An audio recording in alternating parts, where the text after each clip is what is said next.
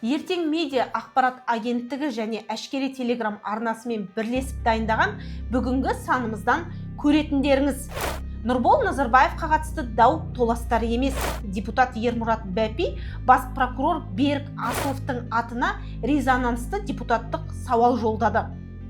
Алматы прокуратурасы Назарбаевтардың дегенін орындаған. Депутат Бақытжан Базарбек ашуланбайтын күні бола ма өзі? Какие-то вип-коридоры были, кого-то из блатных запускали через эти вип-коридоры.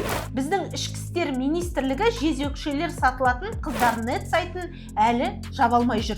Проводятся следственные действия. В настоящее время мы по уголовному делу направили международное следственное поручение.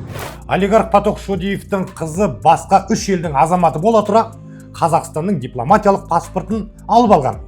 Біздің елде заң бар ма өзі? Алло! Жемқорлықтың символына айналған Астанадағы ЛРТ пойыздары іске қосылды. Бәрекелді.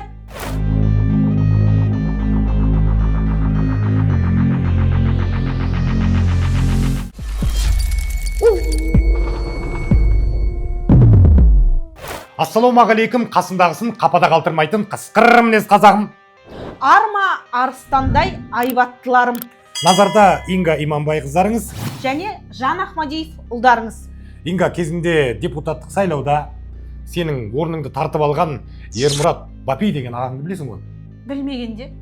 Сол ағаң мәжілістегі жиналыста бомба жарды ғой. Ойбай, мен ол кісінің жиі картоп жаратынын білем, бірақ бомба жаратынын білмеппін. Ол не істеді? Онда тыңдайық.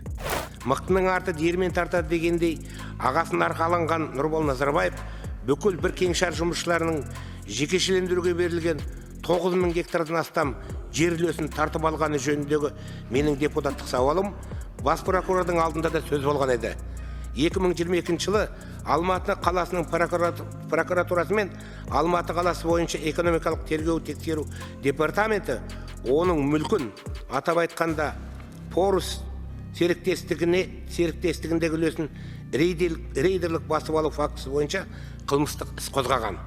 Бірақ арада 2 жыл өткенде 24 жылы Алматы қаласының прокуратурасы қозғалған қылмыстық істі қылмыстық құрамның болмауына байланысты деген желеумен тоқтатқан.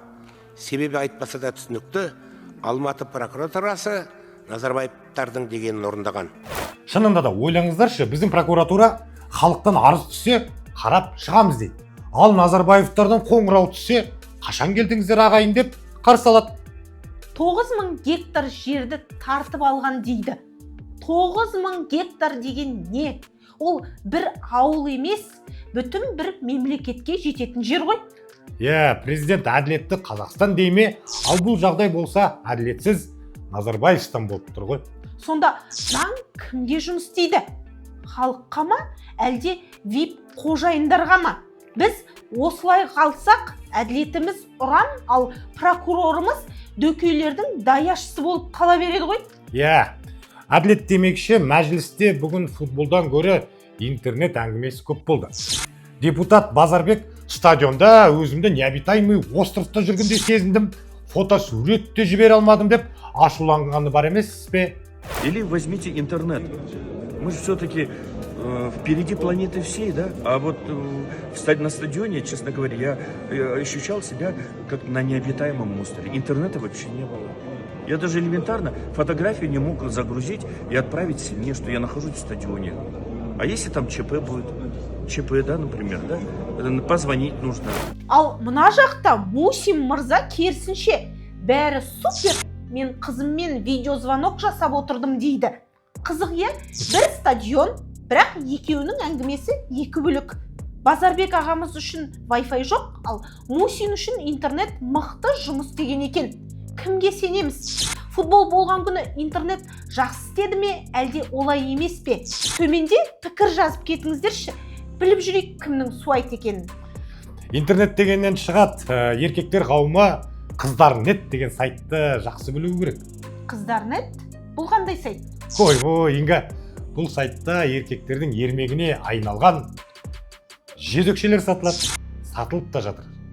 Құрсын, біздің елде жезөкшелік, біреуді сату, қызды сату деген қылмыс емес пе? бұл сайт әлі жұмыс жасап тұрма сонда? Иә. Тіпті тілшілер ішкі істер министрінің орынбасарынан сұрапты. Қыздар нет қашан жабылады деп. Не деп жауап берген білесің бе? Көрейік. А сам сайт, он закрыт? Сам сайт у нас то же самое направлен запрос через Интерпол. Работа ведется, вы знаете о том, что сервер находится за рубежом, так и владельцы сайта, поэтому у нас работа идет через Интерпол и через Департамент международного сотрудничества Генеральной прокуратуры. Получается, вы не можете его видим, закрыть? мониторим, мы принимаем Пока. меры к закрытию, и я хочу сказать о том, что здесь есть определенный алгоритм, правовой алгоритм, международный. Вы понимаете, что он не находится в Казахстане, взять, пойти кнопку нажать. Он находится за рубежом, и соответствующая работа с компетентными органами у нас в данном случае Германии и Нет, вы же Интерпола можете проводится. блокировать сайты, которые, допустим, политические какие-то моменты зарубежные здесь распространяют, вы их запросто блокируете. Ну, вы и КМВ мы вместе. занимаемся внутренним периметром, мы обеспечиваем общественный порядок. Сервер Германияда Интерполмен сөйлесіп жатырмыз дейді ме? Сонда Қазақстанда сайт жабу үшін міндетті түрде Берлинге барып, Брюссельден виза алу керек па? Ең қызығы халықтың инстаграмдағы постын өшіру үшін 5 минут жетеді, ал мына сайтты жабу үшін 5 жылда аз болып тұр. Парадокс деген осы шығар. Иә, біздің елде бәрі де мүмкін. Мысалға, Қазақстанның дипломатиялық паспортын шенеунікте емес, елде тұрмайтын. Тіпті 3 бірдей елдің азаматы болған Фатох Шудиевтің қызы Муниса Шудиева алған екен. Яғни біздің мекемелер қарапайым халық туу туралы куәлікті апарып тұрса да, құжат жетіспейді деп табалдырықтан қайтарып жібереді. Ал міне Шудиева ханым 3 паспортпен келіп, еще одну можно десе, біздің сыртқы істер министрлігі, әрине сіз вип-клиентсіз ғой деп, қызыл кілем төсеп қарсы алады. Дипломатиялық паспортты Муниса Шудиева дипломат болған үшін емес, МГИМОда оқығаны үшін алған дейді. Сонда бізде енді дипломат емес, дипломы барлар да осындай паспортқа ие бола бере ме?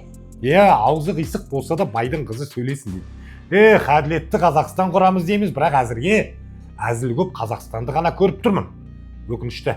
Айтпақшы, жемқорлықтың символына айналған елордадағы ЛРТ пойыздары енді машинистсіз жүретін болды дейді. Өзі тоқтайды, өзі есік ашады, өзі депоға да оралады екен. Төф, не дейді Құдай-ау?